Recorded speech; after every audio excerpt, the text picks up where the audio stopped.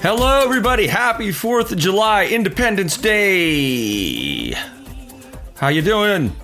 I hope you're doing well. Yes, it's 4th of July. It's 5:21.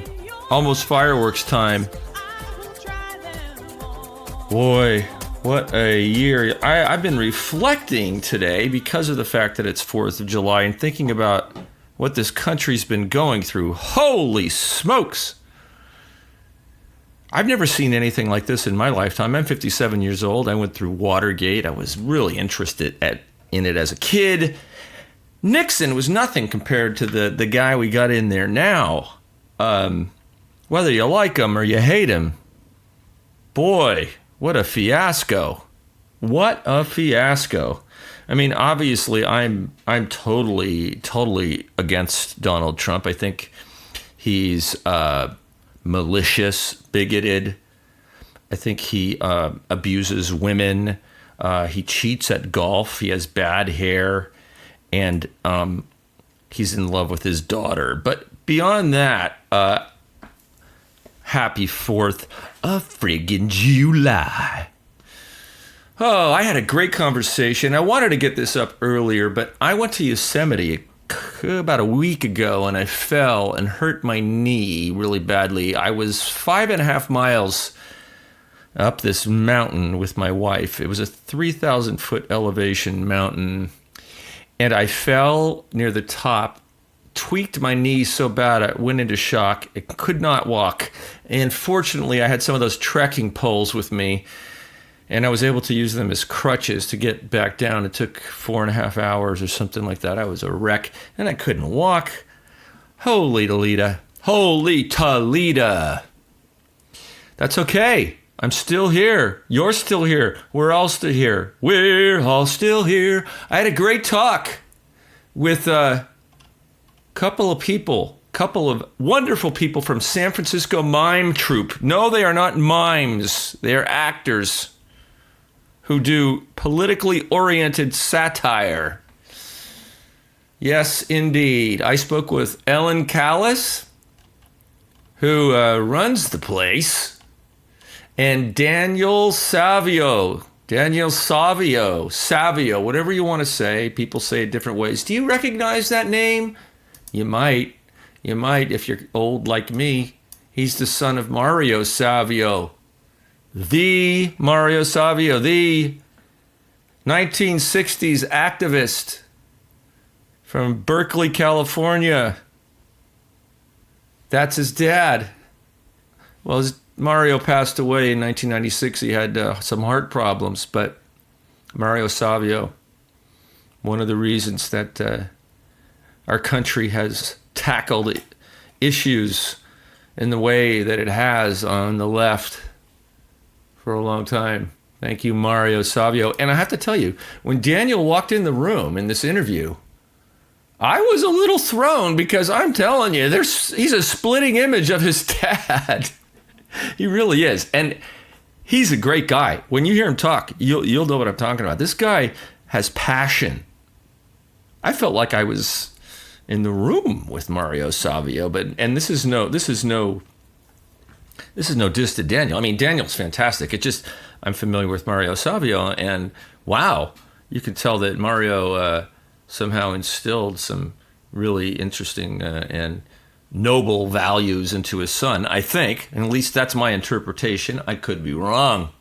But Daniel is the composer of the music for San Francisco Mime Troupe's brand new show, Treasure Island. It's a musical about Treasure Island in San Francisco. And it deals with a lot of political issues regarding Treasure Island, as all of their shows do. Did you know that Treasure Island is like a toxic waste dump? And they're not cleaning it up? And they're trying to cover it up? Yeah, that's right. Well, San Francisco Mime Troupe is exposing that situation.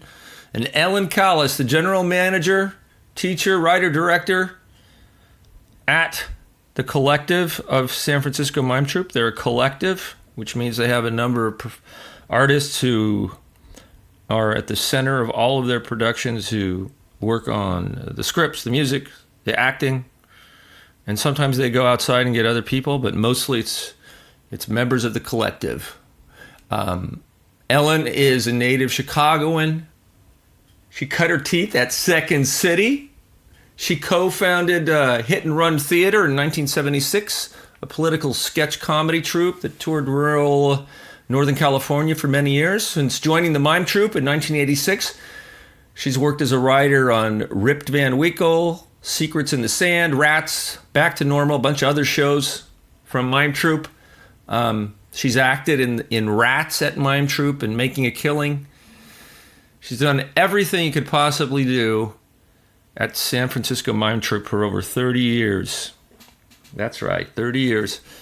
And our friend, Daniel Savio, is the music director, lyricist, and musician in the collective. And he wrote the music for Treasure Island.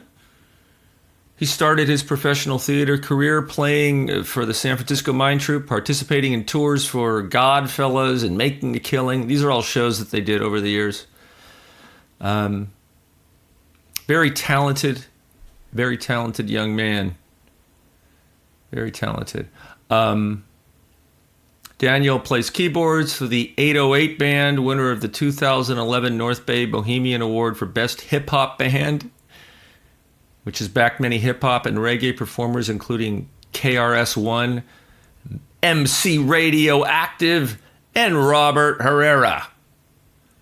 He's performed as an improv pianist with the Perennials, the Antiquities, the Unscripted Theater Company, 6th Street Improv, and the Midnight Matinee. Daniel has a BA in music from the University of California at Santa Cruz. What the heck? Oh, Banana Slugs. Go Banana Slugs. The Santa Cruz Banana Slugs. And he studied with Bay Area composer Michael Calkin. I had a great time speaking with both of these extremely talented people. If you've never seen the Mime Troupe, you have to go see them. It's a San Francisco stalwart. Is that the right word? The Mime Troupe has been here for so many years. They do such good work, and it's always about what's happening now in our political arena, usually nationally. But Treasure Island is about a political crisis that's happening right now regarding Treasure Island in the San Francisco Bay. Treasure Island is the flat part of the island in which the San Francisco Bay Bridge passes over. So the flat part is Treasure Island, and then Yerba Buena Island is the part that's the natural island that has all the mountains and all that. Treasure Island is flat because it's just landfill. It's sand. They just piled a bunch of sand in the bay until it got high enough where they could build on it and put some walls under the water there. And there are some problems, and that's what the show is about.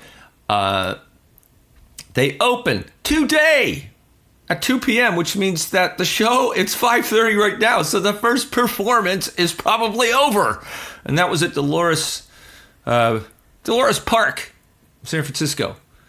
But tomorrow, Saturday and Sunday, they're going to be at the John Hinkle Amphitheater in Berkeley, 41 Somerset Place in Berkeley. And then they're going to be all over the Bay Area and Sacramento, and Nevada through September. Yeah, through the first week of September. So don't miss it. Go to their website at sfmt.org to get the schedule. All right, without any further ado, I bring you Ellen Callas and Daniel Savio.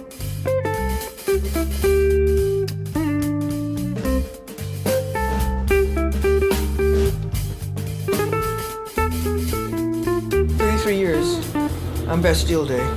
Bastille Day. Yeah, are you French? No, I'm Greek, actually. You're Greek. But I landed here on Bastille Day. Oh, okay. Just quite by accident. And suddenly here it is 33 years later. Yeah. And it's the Mime Troupe's 60-year anniversary? It's our 60th year. It started in 1959 as kind of an avant-garde performance art troupe that just kind of morphed into something completely different. I've always been curious, where did they get the name Mime Troupe? Well, it is in the original days.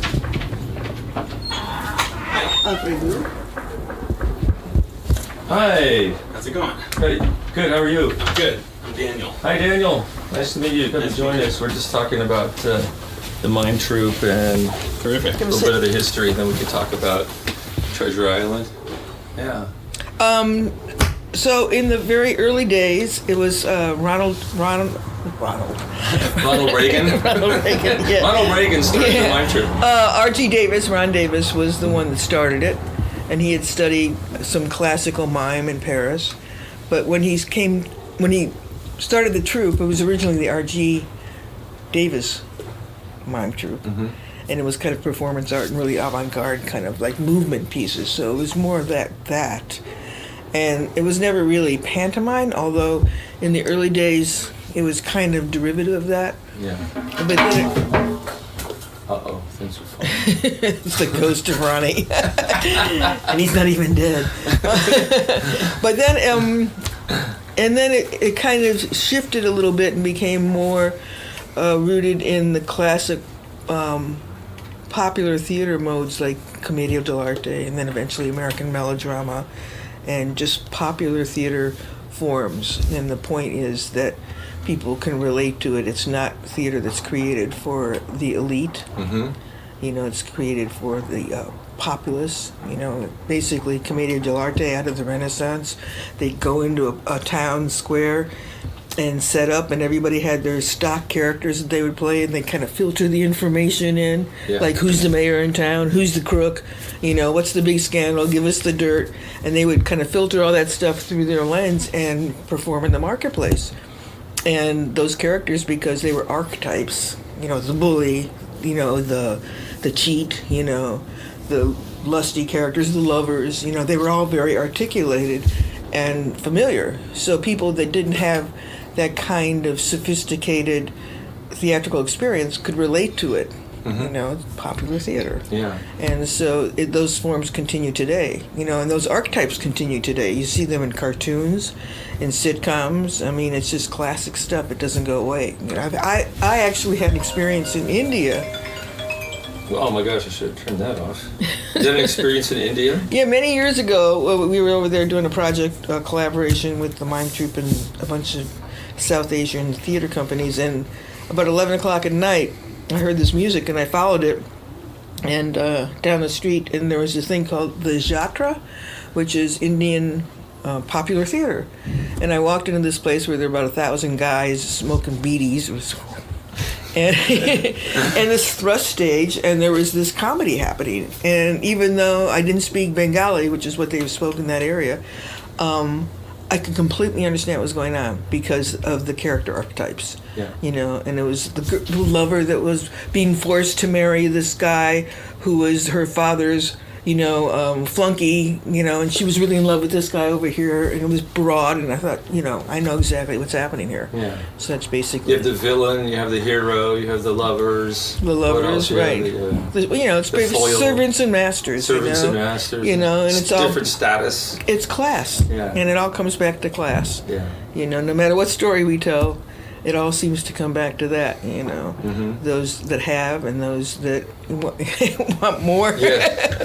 and those that have less in spite because of it, so. And do you often fit current political situations into your shows, right? That's what we do. Yeah. I mean, and that's where the big turning point for the troupe was, I think, in the early 60s, because they were doing a lot of adaptive work from, kind of Moliere kind of stuff. And then I think the big turning point was when they did Le Mont Militaire, and they kind of put the Vietnam War on top of that. So that's where the shift really became apparent. And then it was much more overt. And then in 1970, when the group became a collective, the shows became not so much adaptive, but original. Mm.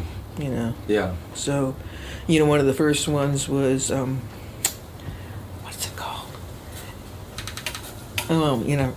right out the brain. But it was a melodrama, American melodrama, and it flipped the roles so that the villain was actually a feminist, trying to take this poor woman away from her husband and all that. And so that was 1970. That was the same time that the group collectivized, but that was, at the height of the women's movement. Yeah. So. Yeah. Interesting. Yeah, it's amazing how the archetypes of human behavior never change. Yeah. For thousands and thousands of years. Yeah, well, we got one of the biggest archetypes in the White House right now. Yeah, what would you call him? I'd say he's a capitano. For sure. Really? I was gonna say he's a little bit more of a Pisani. I guess it is the big belly, the Falstaff character. Is that Capitano? That's Capitano. Yeah. Capitano. Yes. Yeah. And who are you? Could you introduce yourself? My name's Daniel Savio, and I'm a collective member with the Mime Troupe, and I've been keyboardist and band leader for the last 5 years, and this is the first year that I am the lyricist.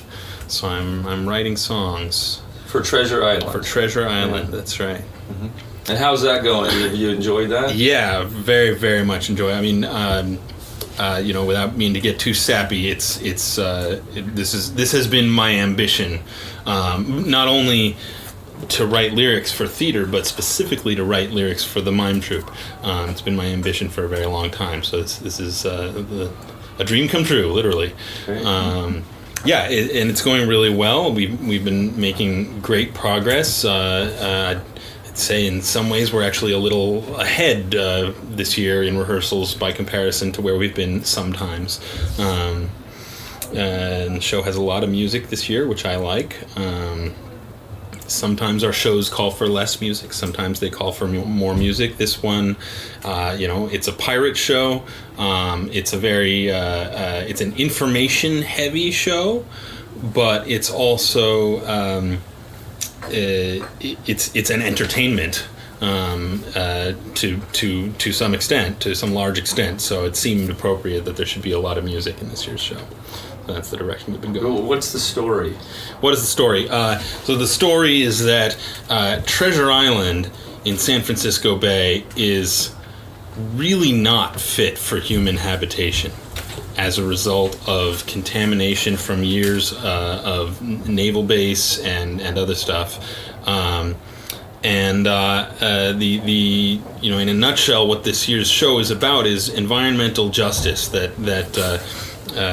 As the climate changes due to human activity and also as a result of other infringements on our healthy environment by ourselves.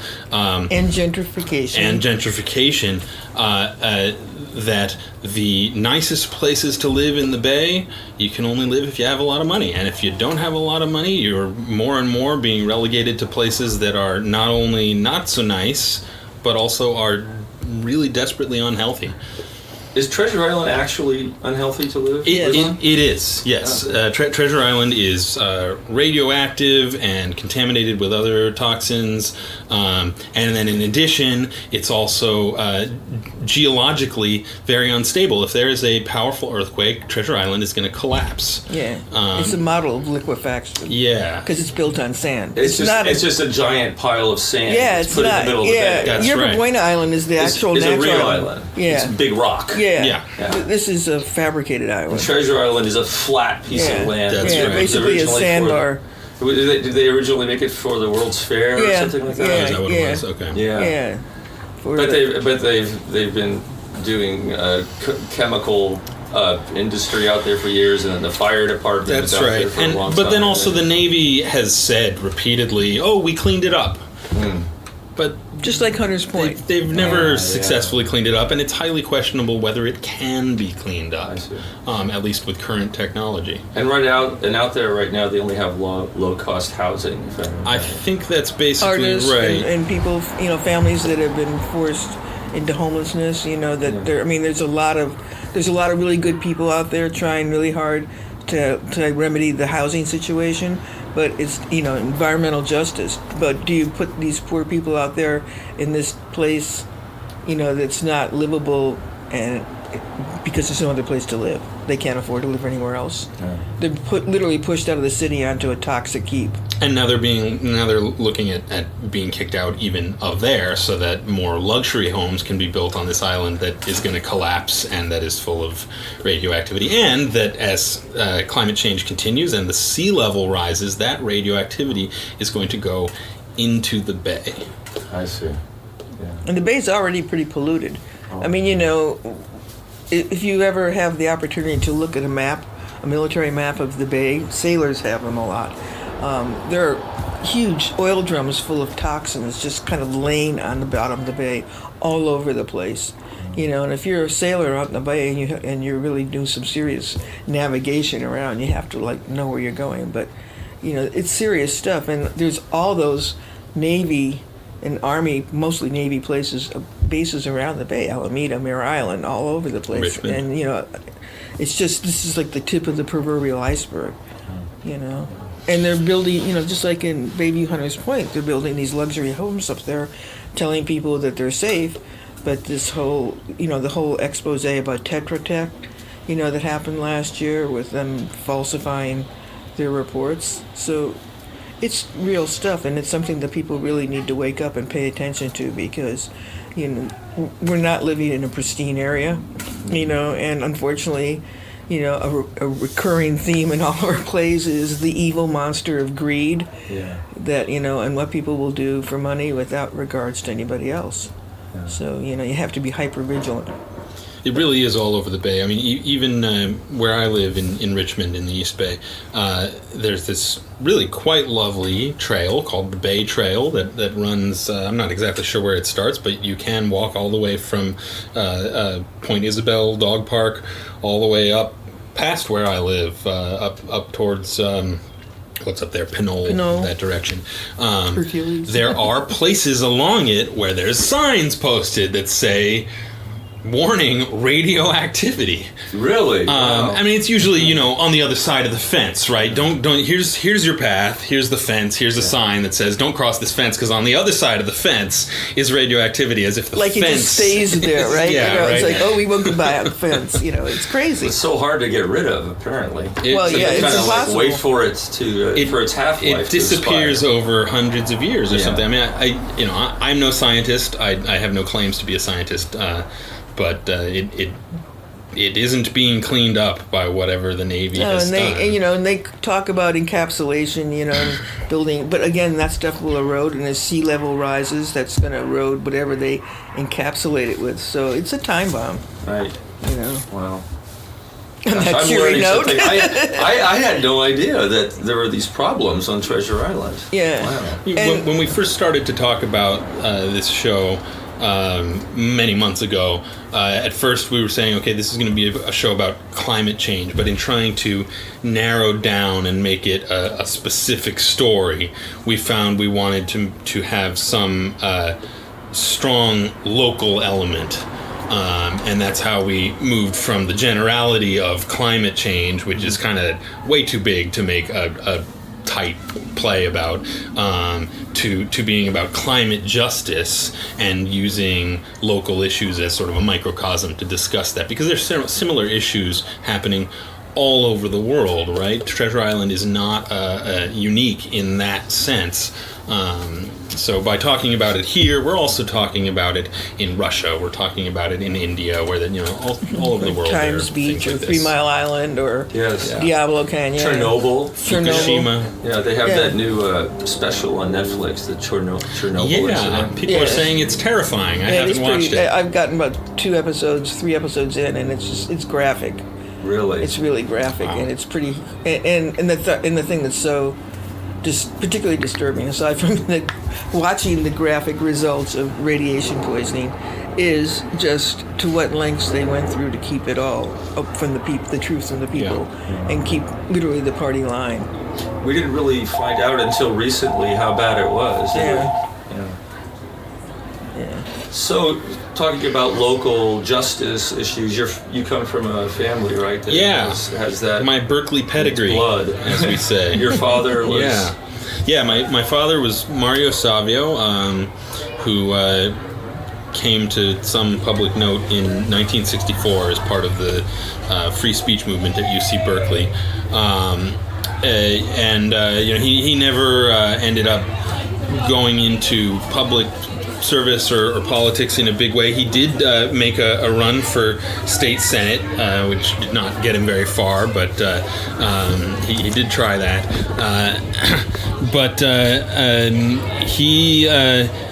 He instilled in me a sense of the importance of community, human community, on many levels, not only on a how do we operate our civilization sort of level, also on a social justice level, and even almost on what you might think of as like a faith level, that if I have faith in anything, it's human community, which doesn't mean faith that human community will always do the right thing, because that's obviously not the case, but that we place our faith in each other. And that's a risk we take sometimes. Yeah. Is that reflected in some of your lyrics for this show? I think so. When you're writing songs for a play, at least the way that I do it, I wait to see what the writer came up with, and then my songs are usually an attempt to illustrate or illuminate something that they already came up with. So if you're looking at folk music or pop music, maybe a lot of the time there's like an inner inspiration that is coming from the writer. For me, it's different. For me, I'm looking at the characters that Michael Sullivan has invented, and I'm trying to illustrate what's in their hearts, not what's in my own heart. But definitely trying to have songs that illustrate the characters' feelings about what is going on, and also that show them making significant decisions that impact their own lives and those around them. Mm-hmm. Great. And who is the composer of the music? Yeah, the music is being composed by Michael Bello, who also has been with the Mime Troupe quite a long time. He's been our musical director for a very long time, and this year he and I are collaborating on the songs in addition to working out the underscoring and all that sort of thing. Another collective member. Yes. And do the actors participate at all in the writing of the songs? We write something, we hear them perform it, and then we might get feedback, and sometimes it's like, this line doesn't quite work for me, or I don't know how to play this line, and so then we might go back and do some rewriting. The songs themselves are not really a collaborative effort in that sense, but I definitely get input. I mean, I am a huge fan of getting input from other people, sometimes to the extent that they might find it a little annoying. Go write it yourself, Daniel. Yeah. Well, it's a pretty collaborative place. I mean, that's, it's the esprit de corps here. Everybody has an opinion, for better or worse, on everything. It's part of the collective process. But it's important because that way the people, especially when you're doing political theater, I think it's really important that everyone that's participating in it feels like they have a stake in it, that their voice is there, because you're out there on that stage, and whatever comes out of your mouth, you have to be able to justify and be behind it. It's not like, I'm doing this play and I don't necessarily agree with the politics of it or anything, but it's a gig. It's, for us... It's not like Henry IV by Shakespeare or something, when you didn't agree with Henry's decisions or something. Right. It doesn't matter at this point. Well, and also we try to... I think one of the things we try to do in our plays is use the stage as an opportunity to show people various points of view. That you may not agree with these people, but you get an opportunity to see where they're coming from. Mm-hmm. And I think that that's really important because we live in a really fractional time right now. It's like people are in their little tribes or cults, or they all listen to the same news channel, and so there's very little actual conversation and discourse of any real kind as opposed to what there used to be, Yeah, that's really changed recently, hasn't it? Yeah, it has. People can't talk anymore about things. No, you turn on any of those news channels and there's a lot of people shouting at each other. Everybody's shouting. We live in very shouty times. They got rid of the fairness doctrine, yeah, which was a huge mistake. Yeah. It used to be when was that? Early 80s or something? Are you talking about what, in the news when they're supposed to show both sides That's of an right. issue? That's right. That no longer in the exists. mid-'80s, I think? Mid-'80s, Yeah. okay. So when I was a small child, they got rid of that. Ronald Reagan And I think that was a huge mistake. I mean, I think that a channel like Fox News basically shouldn't be allowed to operate in the way that it currently does. Or if they do, they should have to be explicitly labeled as entertainment or something like. I mean, I don't know how exactly. I'm Mario Savio's son. I believe firmly in free speech, but I also believe in responsible information. in responsibility. That's right, and in the truth that if somebody is lying, free speech probably shouldn't cover that. Not exactly, anyway. I mean, there's you have the right to your own opinion. This is I think Al Franken, right? You have your right to your opinion, but you don't have your right to your own facts, right? Yeah, that's one of the great lines. So I very much agree with that. Alternative facts, as Kelly and Conway called them. God, save us all. Ridiculous. Yeah. So when we live in this frankly Orwellian society now.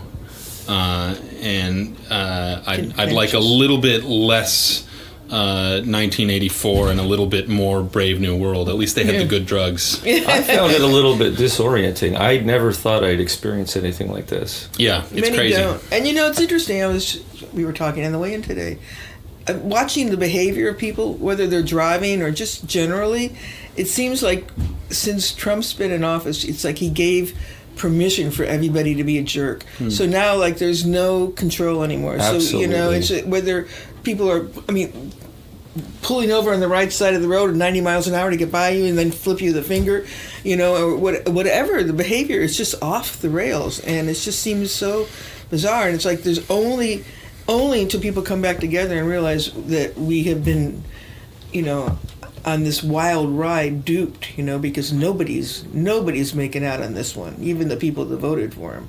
I do think that it started before Trump, though, because, in two regards. On the political side, I think it started with Reagan, that Trump is the natural result of Reagan. It's trickle-down economics from Reagan to Trump. But that also, on the sort of personal human interaction side, in a way, this also started, I think, with the 80s. The idea that the only thing of value that we do is generate wealth. And that if what you do doesn't generate wealth, then it is not of value. Mm-hmm. And secondly, that the only issue of concern regarding people is the wealth they generate. So a lot of the time these days, and maybe things have changed, I don't know. You ask somebody what they do, and they take you to mean what do they do to earn a living. And sometimes you do mean that. But sometimes what you mean is, what do you do to fulfill yourself as a human being and expand who you are? And that might or might not be what you do for money. In some cases it is. What do you do to get through the day? Or what do you do to get right? It's crazy. Yeah, exactly. Well, if you're in the arts and somebody asks that question and you say, well, I'm a director or I'm an actor, they kind of look at you cross-eyed. Right. Well, that's not what I meant. I mean, what do you do for a living? Well, that is kind of what I do that gives me life. In fact, myself, I am a musician for a living. When I'm not doing the mime troupe, I play in the Catholic Church on Sundays, which for an atheist Jew is a little bit funny, but it's a great job. It's a really great job, and the folks there are actually quite lovely.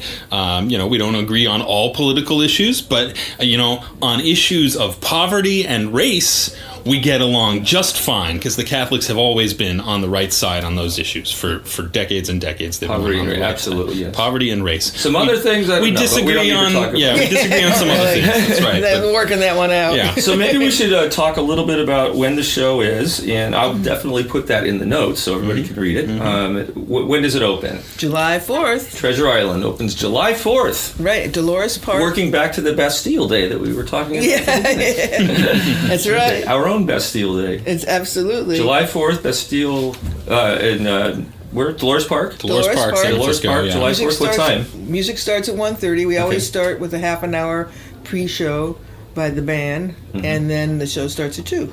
All right. And there's no intermission. You know, come early because it's really busy on the 4th of July, and it's particularly in Dolores Park, which has become such an amazing scene. It's always busy all the time anyway. All the time, when the weather's good, it's you can't even crazy. get a spot on the grass. I know, that's I right. know. And there's so many different factions, you know. We're over by the soccer fields. I think, no, by the tennis courts. By the tennis courts, yeah. Yeah. Okay. Yeah. And then how long are you going to be there? We're only going to be there one day, and then we start bouncing around. Then we go to the East Bay for 2 days at Hinkle Park on the weekend, and then we just kind of back, you know, All around both the sides Bay of the Area. bay, out, you know, and then we travel up north to Point Arena and Ukiah, and then we do little legs like that. But you know, the best thing to do is if you can't find a poster, go to our website. Okay. You know. And the schedule's on the website. Yeah, the full SFMT schedule's online, dot- www.sfmt.org/schedule. Okay. Yeah, yeah. Or Thank you so much. I appreciate your time. Yeah, All right. Ellen and Dan, Thank it's you. been wonderful. thank you. Okay. It's so much fun when I get the chance to speak with local artists who have really made an impact, not only in the arts scene and the political scene locally, but nationally. Two dedicated, extremely talented people. I hope you enjoyed that. And we're going to close out today with a song from Treasure Island, the show. I hope you get to go see that. If you're in Palo Alto, which I am, they're going to be at Mitchell Park, I think in a week or two. Check it out. Go to their website. But they're going to be all over the Bay Area. Have a good time. I hope you have a great weekend, everybody. Love one another. Keep your pants on. And you know where I'll see you. I will see you on the boards. Happy 4th of July, all. Oh, I thought you were going to say pirate. Pirates! Pirates? I and developers, one and the same lad. Lass. We'll set upon ye like a storm on the sea. No mercy, no morals, no shame, lad. Always we be on the lookout for a city that's brimming with gold. Surrender or we'll bring the hook out. Either way, soon your tax breaks will fill up our hold. Tax breaks? That doesn't sound very piratey. Gold, Jill boy, there for the taking. Contracts! Contracts? Aye, the sharp end of development deals, lad. Oh, for God's We sake. fly in like typhoons to snatch your doubloons. Your public resources we steals, lad. Slashing away regulations till affordable barely be there. Just condos for rich folks' vacations. And we laugh as your citizens drown in despair.